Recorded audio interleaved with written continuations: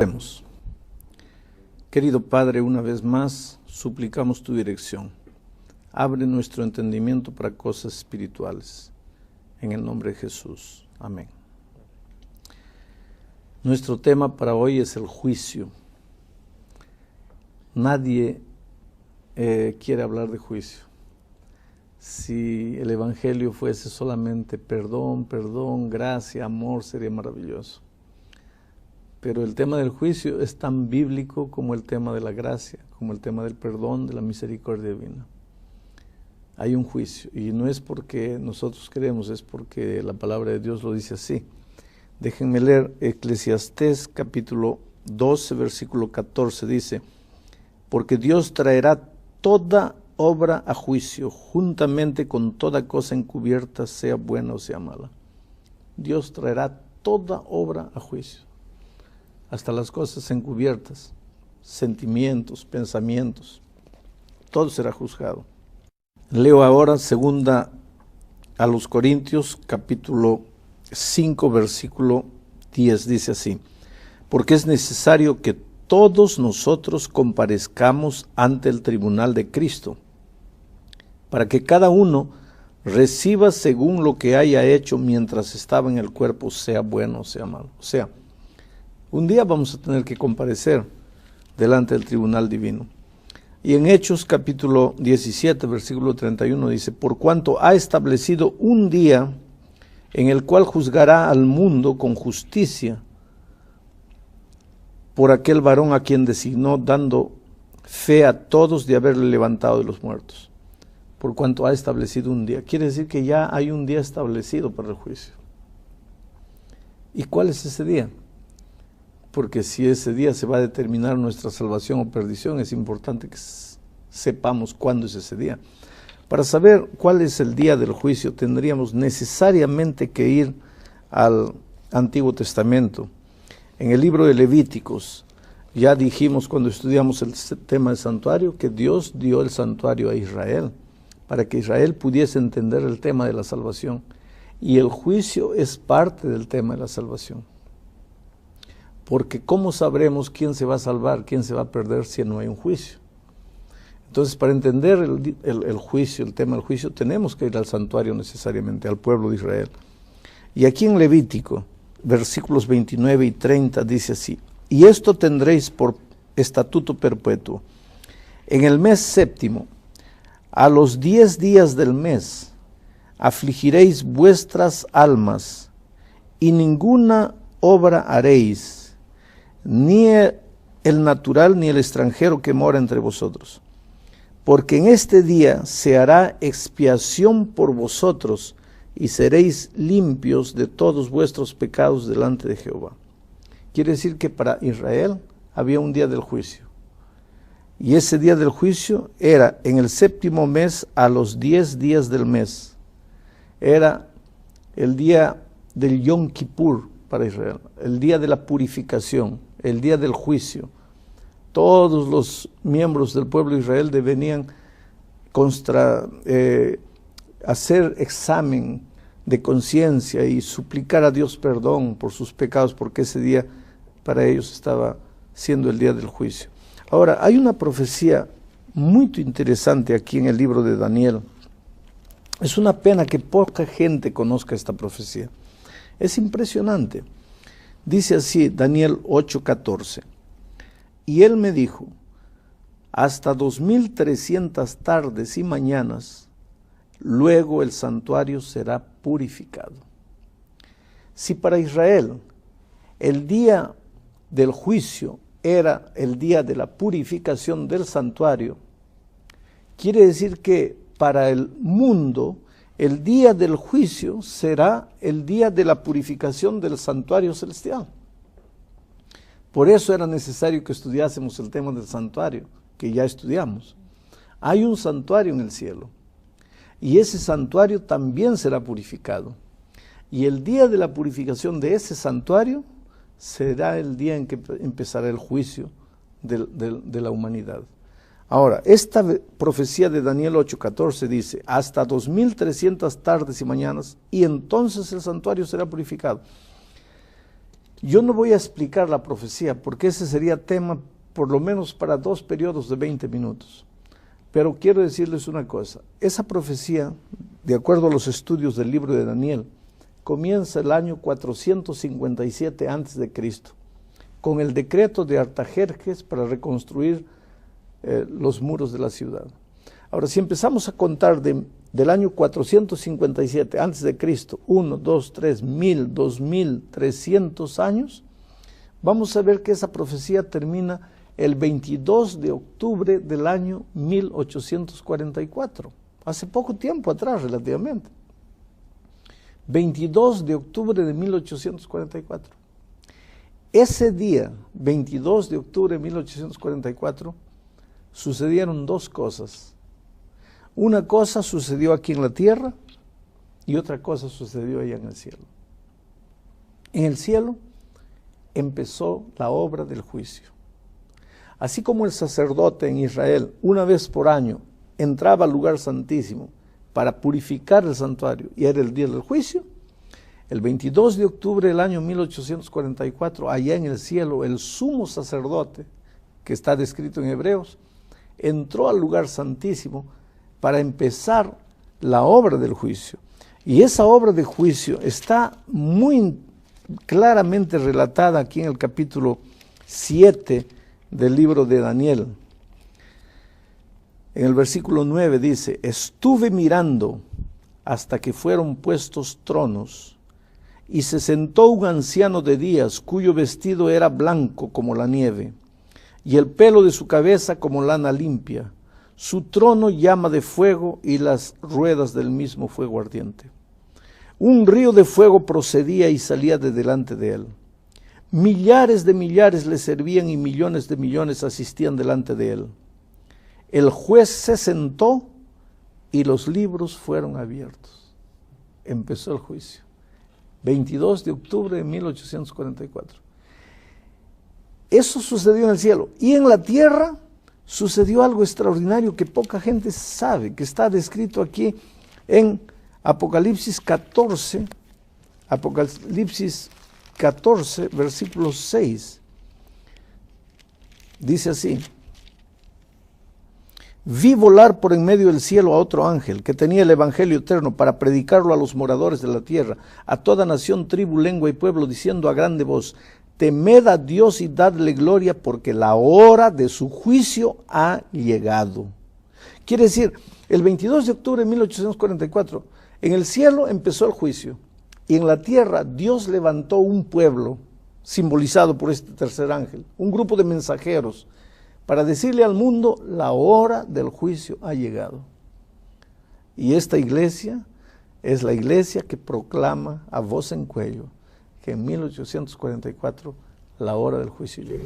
A ver, pastor, déjeme ver si entendí. Vamos un poquito para atrás. Cuando estudiamos el tema del santuario, vimos cómo Dios aquí en la tierra dio todo el esquema y el ejemplo de ese santuario en la tierra, de lo que sería en el cielo. Ahora, en este tema del juicio, el ejemplo también alcanzaba esto del juicio. O sea, sí, acaba usted de hablar de todo el esquema, del lugar santísimo, los pecados eran...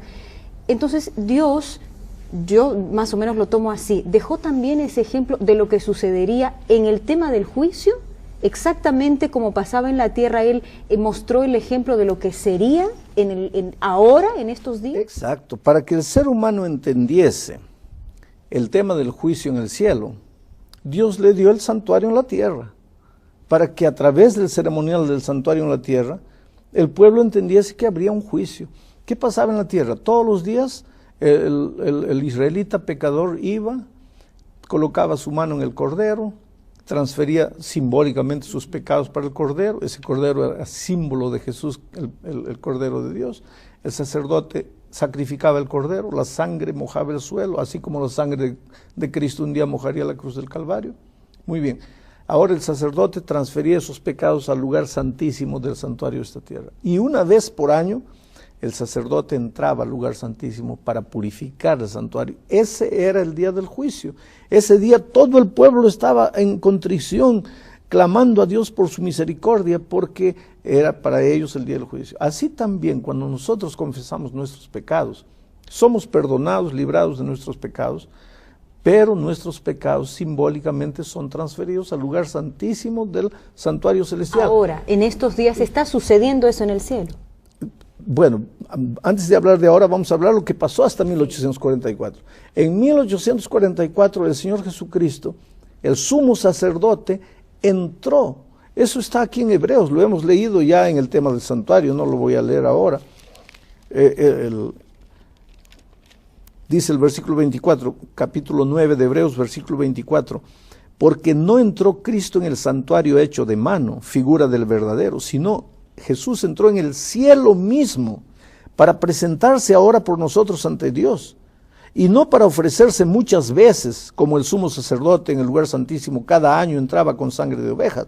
De otra manera, le hubiera sido necesario padecer muchas veces desde el principio del mundo, pero ahora, en la consumación de los siglos, se presentó una vez para siempre por el sacrificio de sí mismo. O sea, ahora Cristo entra ya, el juicio comienza, los libros son abiertos, y ahí está Jesús, que es nuestro Cordero, es nuestro abogado, es nuestro defensor.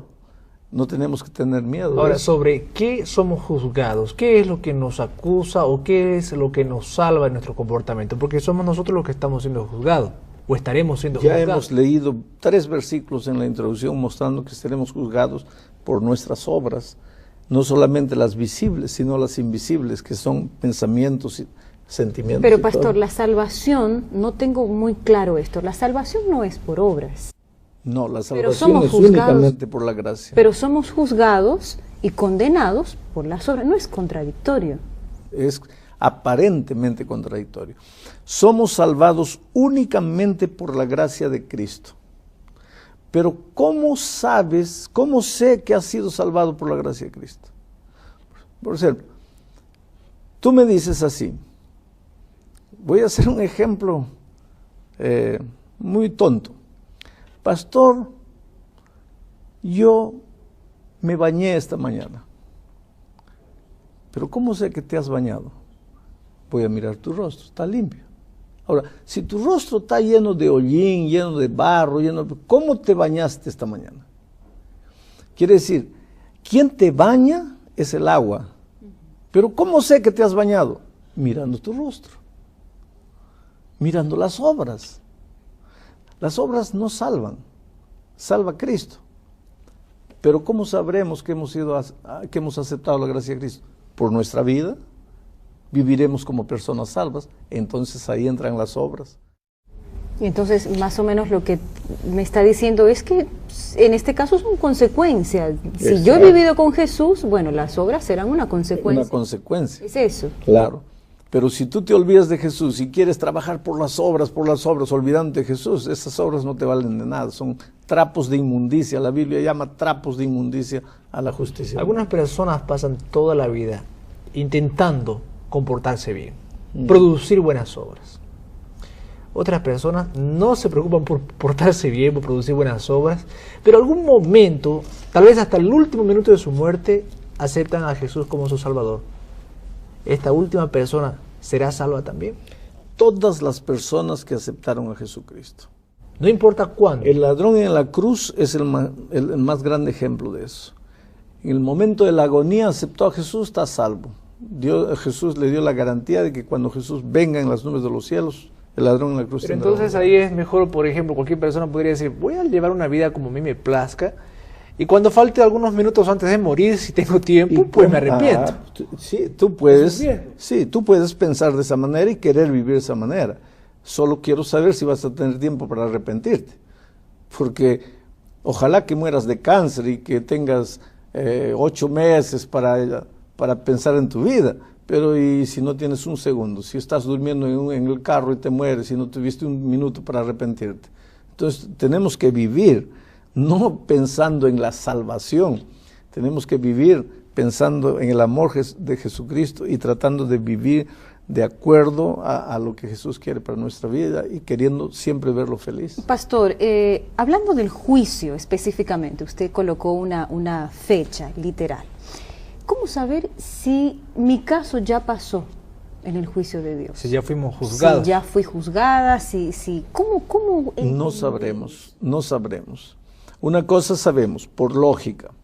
que el juicio empezó con los muertos, de Adán y Eva, Caín, Abel, papá. En algún momento va a tener que terminar el juicio de los muertos. Pero no hay una línea divisoria así, porque cada día nace y muere gente. Entonces no hay una línea divisoria. Pero en algún momento se va a terminar el caso de los muertos y va a comenzar el caso de los vivos. Y me parece, personalmente, te doy esa idea muy personal, ese juzgamiento de los vivos va a ser muy rápido, no nos va a dar tiempo para nada. Una cosa sabemos, cuando termina el juicio, las puertas de la gracia se cerraron y Cristo ya está volviendo para llevar a su... Pero el juicio de los vivos solo comienza una vez haya terminado el juicio de los muertos. Claro, solo que nadie puede decir cuándo termina y cuándo comienza, eso es solo... ¿Y cuántos tipos o cuántos juicios hay? Porque yo veo un juicio que se menciona que está ocurriendo ahora, usted menciona desde 1844, otros hablan del juicio final, cuando Jesús venga, y todavía en otro estudio hablamos sobre un juicio después de los 1000 años. No, durante los 1000 años. O durante los 1000 años, perdón. Te explico. Usamos la palabra juicio para 3 eventos. Primero, el juicio investigador, que es el juicio que empezó en 1844, porque no puede haber... Cuando Cristo venga, Él viene para dar las recompensas a los malos o a los buenos, la recompensa a los malos y a los buenos, a cada uno su recompensa correspondiente. Pero ¿cómo va a dar recompensa si no hubo juicio? Quiere decir que tiene que haber habido una investigación. Aquí dice Daniel, los libros fueron abiertos, el juez se sentó, hay una investigación. Ahora, cuando viene Cristo, le llamamos también a eso juicio, el juicio final, que en realidad es el juicio ejecutivo. El juicio... Una fase. Exacto, no es una fase, es un evento, el juicio ejecutivo. A los que no aceptaron a Jesucristo, pues lo que le corresponde, y a los que aceptaron la vida eterna. Y durante el milenio, vamos a los redimidos, dice el texto que leímos al estudiar el milenio, vamos a abrir los libros y entonces vamos a revisar los casos. A eso le llamaríamos un juicio de revisión, que no determina quién se salva y quién se pierde. Es apenas para sacar dudas de la mente de los redimidos. ¿Quiénes son los juzgados? ¿Solamente los hombres? Todos los seres humanos somos juzgados. Todos los seres humanos somos juzgados. Los buenos, los malos, los jóvenes, los viejos, todos los que estamos vivos seremos juzgados. El juez, los abogados, el acusador, ¿quiénes son? Porque es un juicio, me imagino que tiene que tener varias partes representativas. Sí, quiere decir, no pienses que el juicio allá en el cielo va a ser como el juicio en la tierra, porque la manera de juzgar las cosas en la tierra no fueron copiadas del cielo, de donde ellos sacaron los procedimientos, promotor, fiscal y esto y aquello, ¿no? Una cosa sabemos. Pero alguien tiene que defender. Unas cosas sabemos. La Biblia dice que nuestro abogado es Cristo. Y si nuestro abogado es Cristo, es un abogado que nunca pierde. Inclusive un abogado que entiende nuestra situación, porque se hizo humano. Jesús sabe lo que es sentirse triste, lo que es tener hambre, pasar frío, lo que es sentirse rechazado, despreciado, traicionado por los mejores amigos. Entonces Él puede entendernos, cómo nos sentimos cuando somos tentados. Pero Él está allá, a la diestra de Dios, defendiendo nuestro caso y diciendo, yo sé que Ronnie vivió así, hizo esto, aquello, pero Padre, Él se entregó a mí, Él confió en mí. Él merece morir por sus pecados, pero yo ya morí en la cruz y Él acepta la sustitución. Entonces, la vida que yo merezco se la entrego a Ronnie y la muerte que Ronnie merece la acepto yo. Es una cosa maravillosa. En este momento Jesús está intercediendo, ¿eso es lo que nos está diciendo? Eso es lo que dice Hebreos. Él entró y está intercediendo en este momento por nosotros. Ahora, tengo un pasaje que me gustaría que me lo aclare. San Juan capítulo 3, 18, dice así: el que en Él cree no es condenado, pero el que no cree ya ha sido condenado, porque no ha creído en el nombre del unigénito Hijo de Dios.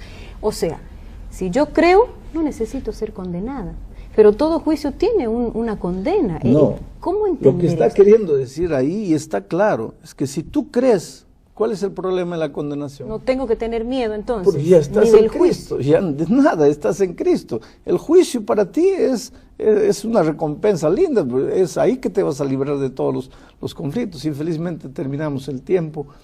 Oh querido, no tengas miedo al juicio. ¿Quién tiene que tener miedo al juicio? Aquel que no quiere saber nada con Jesús, pero tú sí.